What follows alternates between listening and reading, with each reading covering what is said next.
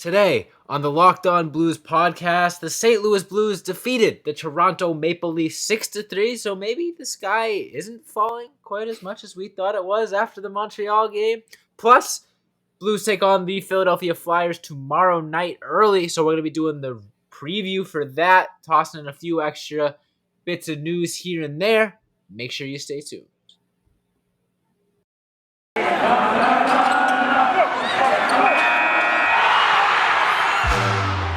Locked On Blues, your daily podcast on the St. Louis Blues.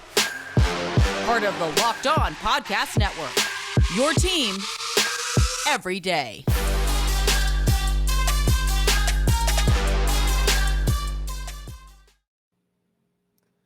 Ladies and gentlemen, welcome back to the Locked On Blues podcast, part of the Locked On Podcast Network, and your number one source for daily Blues content.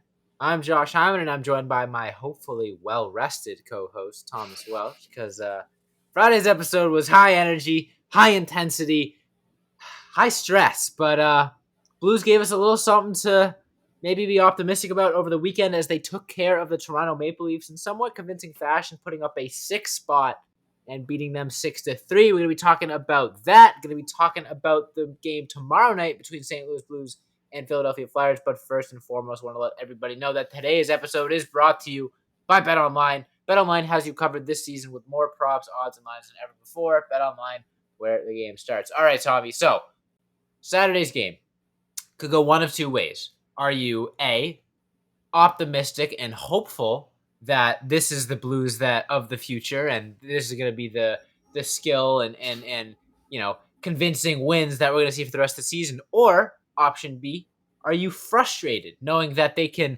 lose in such embarrassing fashion to a Montreal Canadiens team and then 48 hours later come out and look this good against a Toronto Maple Leaf team? Kind of the story of the season, inconsistency. Where does Saturday night's win leave you?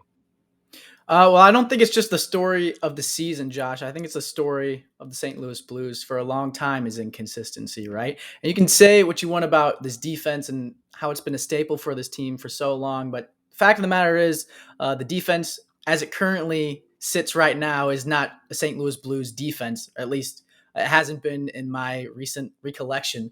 I feel like defense has been one of the staples for the Blues, one of the reasons that they make it so far throughout the playoffs. So it's going to be a different beast this season. But as much as we talk about like the talent that this team has and the depth that this team has to go out and put a beating on the Toronto Maple Leafs like they did, I don't want to say that it's remarkable because this team should be expected to do that. And I think that's why so many people, myself included, although I actually wasn't that mad.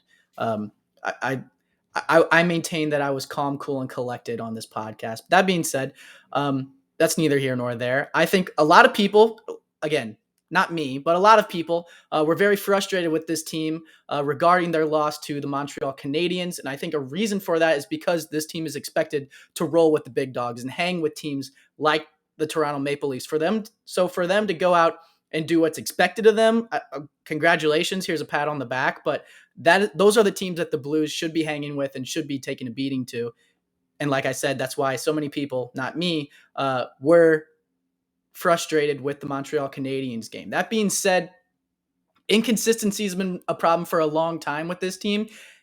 And even going back to the Stanley Cup season, I mean, that is prime inconsistency to be the worst team in the entire freaking league in January. And then next thing you know, in June and July, you're hoisting the Stanley Cup and having a parade downtown St. Louis. So I think until further notice, this team should be put on notice. And until we can see a level of consistency that we saw with this team throughout the playoffs, because really as talented as any team is, if you're not consistent through the playoffs, all it takes is one series to be packed up and going home. And so for the Blues, I think that level of consistency is the reason that they were so successful and the reason that they did make a run to the Stanley Cup and win the whole thing. So until they can show me that level of consistency at any point in time, because if you remember, they broke the franchise record for win streak with 11, or they tied it, one of them. Until they can show me a level of consistency to that degree, I'm still not sold on this team making a full run through the Stanley Cup. I'm sorry. Yeah, and we, you can pretend all you want like we didn't have the reaction we had Friday night's episode. I don't know what you're talking about. I blacked out.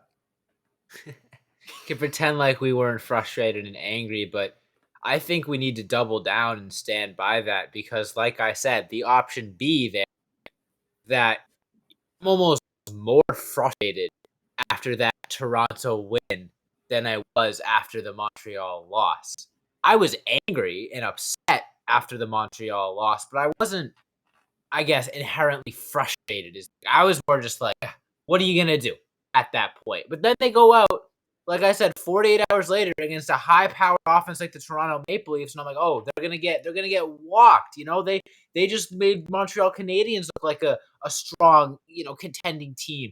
The Maple Leafs are gonna put up 8 goals on them, and then they go out and they win in, like I said, pretty convincing fashion. It left me more frustrated than I was after the Montreal game, knowing that we get this Dr. Jekyll and Mr. Hyde St. Louis Blues team that can look like they can hang with the big dogs one night, like the Toronto Maple Leafs, and then 2 nights prior get embarrassed by the Montreal Canadiens. It's like, pick your lane. It's frustrating for us as fans spending 1 week thinking that this team is destined for another cup run, and then another week thinking, oh my God, are we going to be, looking at lottery odds here in a few months? It really feels like, 60 or 50, almost 50 games into the season that we have yet to see a string of, like you said, they get an 11-game win streak. I would find it hard to find like 5 consistent games for the St. Louis Blues this year where they played, even if it was consistently bad, they haven't been consistent. 2 expectations either way. Yeah, exactly. It's been, there hasn't been a stretch this season where we've been like, man, they've been rolling the past few weeks. Let's see what they can do here. Besides, like the opening of the season where we won 6 in a row, it really feels like every single episode here of this podcast has been on one end of the spectrum. We haven't really had a healthy medium, and that's why, like I said, I'm so frustrated because it's end of the season. We're getting to that time where you're looking at the standings, you're looking at playoff matchups. The time for inconsistency is over. You should know what kind of team you are up to this point. You should be playing like that team consistently, and the Blues have yet to find their identity this season, and who's to say they will at this rate? To their credit, too, the Montreal Canadiens look like just a completely different team under Martin St. Louis. So that's not to say that there's still any excuse that the Blues should go out and get beaten by them, but Jeff Petrie and Cole Caulfield look like completely different players from the players that we saw earlier on in the season. So credit to them for taking advantage of, like we said, a trap game and probably a St. Louis Blues team that thought they were going to come in and have a walk in the park against a team that was just beaten and battered and bruised and not playing very well because they took it to them. And I think they just beat the Maple Leafs too, if I remember their last game. So they're stringing together some impressive wins under a new coach, and that's always going to get the boys fired up when a coach gets fired and a new one it replaces him. So it's a new voice on the Maple Leafs right now. Oh, there you go. So yeah, some impressive play from the Montreal Canadiens as of late, and I think a large part of that, if not the entirety of that, is probably due to Martin St. Louis. So I tried to pick up Jeff Petrie on the waiver wire actually in my fantasy league, and someone swiped him right before me. So, and actually, that's a good point to bring up because we've been talking a lot about Montreal Canadiens and a potential trade partner for a defenseman there named Ben Sherratt, but I wouldn't be surprised if Doug Armstrong starts kicking the door and seeing what potential trade partner might be with the Montreal Canadiens, but Jeff Petrie instead, if he keeps playing the way that he is. So something to keep an eye on for sure. Lots to talk about, lots to discuss, and we'll be getting into all of that and more. But first, I want to tell you guys about our good friends over at Built Bar. Tommy, have you tried the new Built Puffs? I did, dude. They're amazing. Like marshmallow. Yeah. It literally tastes like a s'more, and I'm a huge s'mores guy. I don't know if you can tell by the mustache, but I love being in the outdoors and camping and all that stuff. So that's my home away from home, if you will, outside of my home. So bringing along a s'mores, I think, is a staple of any camping trip. And if you don't have to be outside to do it, I know maybe some people don't like the bug spray, all that stuff. I personally do, but if you just like the s'mores, you chill at home, do it. Yeah, Built Bar's the perfect way. I got 3 words for you, Tommy. Protein, infused, Aloe. Marshmallow? Oh, okay. Marshmallow. That sounds good too. Yeah. Can you believe it? Protein infused marshmallow. They're fluffy. They're marshmallowy. They're not just a protein bar. They're a treat, and they're covered in 100% real chocolate. Puffs are a fan favorite with some incredible flavors. Yummy, cinnamony churro, coconut marshmallow, banana cream pie. So good. They're going to be your new favorite. And like Tommy said, the s'mores element, all bars, including the puffs, are covered in 100% real chocolate. Go to Built.com, scroll down, check the macros chart, and you'll be blown away. Most Built bars contain only 130 calories, 4 grams of sugar, 4 net carbs, and 17 grams of protein. Compare that to a candy bar, which usually has about double the calories at 240, 30 grams of sugar, and dozens of net carbs. Now, I'm no math major. I used to be, but not anymore. But come on, that's an easy comparison to make. At Built Bar, they're all about the taste. They make it taste delicious first, and then they figure out how to make it healthy. And I don't know how, but they pull it off every time. So go to Built.com, use promo code LOCKED15, and get 15% off your order. That's promo code LOCKED15 for 15% off at Built.com. All right, Tommy. So as we reminisce over the inconsistencies of a up and down Blues season, we are still in the midst of it. And we are in the midst of a bit of an East Coast swing for the St. Louis Blues as tomorrow night they take on the Philadelphia Flyers on the road. Again, an area where they've struggled pretty significantly this season. Flyers are having an underwhelming season, 15, 25, and 10. What are you expecting out of this game? Before we really get into this game too much, the nitty-gritties, lockdown players of the game. What needs to be the sort of the carryover? You had a really poor game against Montreal and then a pretty strong game against Toronto. How do you take the best of the Toronto game and use that, and then the worst of the Montreal game for motivation? How do you kind of play off of that for the Philly game, in your opinion? Well, I think that's exactly what you have to do, right? And I feel like even with the Montreal game, I feel like a lot of athletes want to, when they have a game like that, the best way to get over it is just to flush it, right? Forget that it happened, forget that it existed, and focus on the positives that you learned in the Toronto Maple Leafs game and what's going to lead you to production, what's going to lead you to wins. And for the St. Louis Blues, I think this matchup is going to be interesting for multiple reasons. One, like you said, it's kind of riding off of a very, very disappointing loss, and then immediately followed by a very, very impressive win. So it's a 50-50 shot right now, and then this game potentially will swing Blues fans either in one direction or the other again. So it's like the polarity is nuts. Another thing to look out for is, if I remember correctly, the Philadelphia Flyers were one of the teams that were very interested in Vladimir Tarasenko when the trade rumors first came out. And Vladimir Tarasenko, although he did miss last game, will be in the lineup in the Flyers game from what I'm reading online. So it'll be, I don't know, if he has a huge game, that's probably just going to spike the interest of them again. And I'm not saying that he's going to be traded in the middle of the season, but obviously, no, I don't think that's going to happen. But, crazier things have happened under Doug Armstrong. You never know. But that being said, piques the interest. Anytime you've got a player of Vladdy's caliber that's notably said and demanded a trade, any GM is going to take notice, especially a GM that's already said that he's been interested in having talks with the team and all that stuff. So I'm sure the GM of Philadelphia Flyers will be watching Vladimir Tarasenko closely throughout this game. So if he has a big one, we could be looking at the Flyers being potential suitors in the offseason or maybe even the deadline. They throw the book at him. Who knows?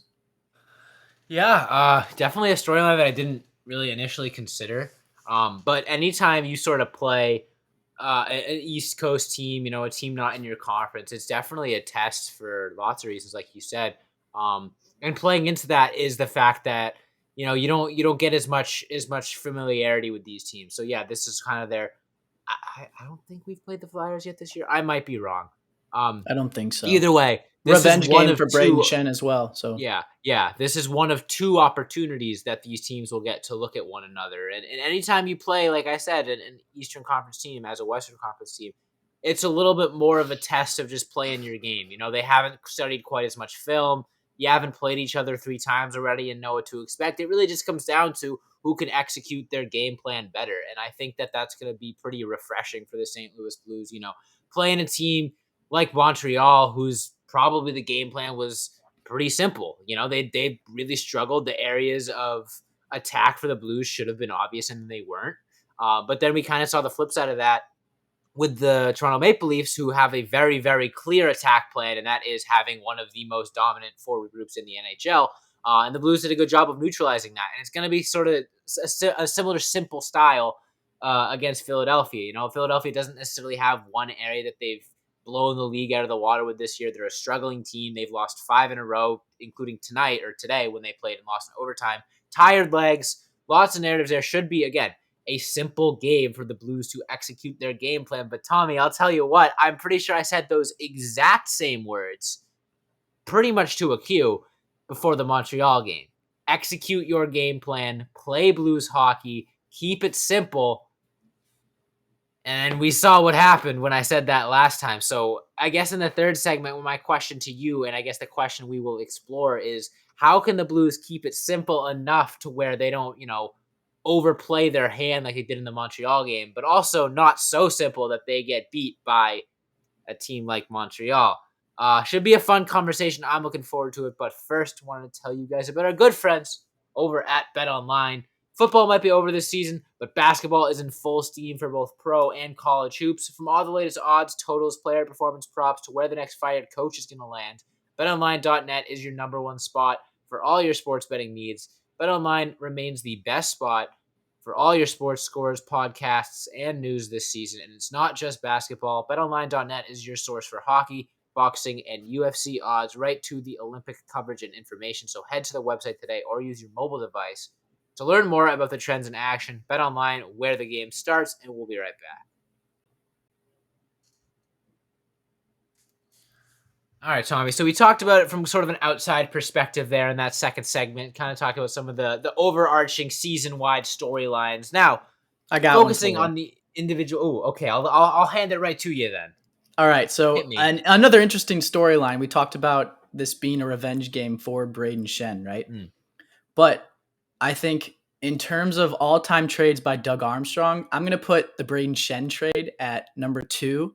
I think a lot of people will want to put Buchnevich up there. I think the top 3, you'd probably have to go O'Reilly, Shen, and Buchnevich right now. But because of recency bias, maybe Buchnevich is a little bit higher. I don't know.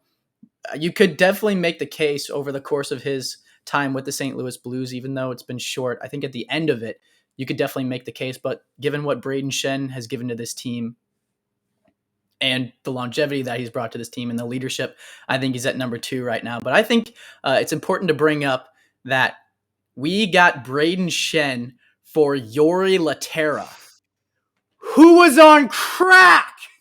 Right. Anyways, sorry. Oh my God! As if we were gonna get copyrighted by Stephen A. Smith and First Take for the last episode. I just wanted to point that out real fast for the folks. You just had to throw that one in there. You're not wrong. Wow, man, my train of thought has been derailed. You want to do locked on players of the game? Let's go there. No, I had a point. I was going to lead into it a little more eloquently and say, we talked about the overarching storylines of the season and the major points. Now it comes down to the perspective of, like I said, crunch time in the regular season. And yeah, the Blues won their last game, but that Montreal loss is going to sting for, probably a little while. It could even, that losses like that stick with you for a couple seasons as an individual. So, given that all that, this is a pretty volatile time for the St. Louis Blues right now. I think that they know that the pressure's on them a little bit, especially trade deadline right around the corner. Feels like a pretty big game against Philly, in my opinion, given the inconsistencies. You want to see. You could argue if they play 3 games, the Blues team that shows up in 2 out of those 3 games is the consistent Blues team. So right, we've seen 2 sides of the coin against Montreal and Toronto. What is it going to take for hopefully the successful side to prevail tomorrow, and which players you think will lead the charge leading into who is your locked on player of the game? Yeah, so I think all the talk that we've had on this episode about Braden Shen, I feel like that's the easy answer. for a revenge game, as well as what he brings to the St. Louis Blues and the lineup, and just the way that he's been playing. I feel like he's been a man on fire. Trademark that. But I don't want to go with Braden Shen because I feel like that's too easy. And I said on one of the podcasts a while ago that a certain someone was heating up, and I posted about it in the Facebook lounge and got lambasted by a couple people because they couldn't possibly see how someone was heating up that had 2 points in the last 30 games played. Even though I thought he was consistently playing more engaged on the ice, playing more of his style of play, firing shots on goal, being the thorn in the side to opposing players that he loves to be. And he had 2 assists in the game against the Toronto Maple Leafs. And so for that reason, my locked on player of the game is going to be David Perron. Interesting. I like that. He's a guy that's kind of crept into some conversations more and more often on this podcast lately. And, we talk about it like we got 5 episodes a week. We're flying by the seat of our pants. A lot of these guys are going to slip, fly under the radar and not get their name brought up nearly as much as they should because, the big storylines are the ones we're going to talk about.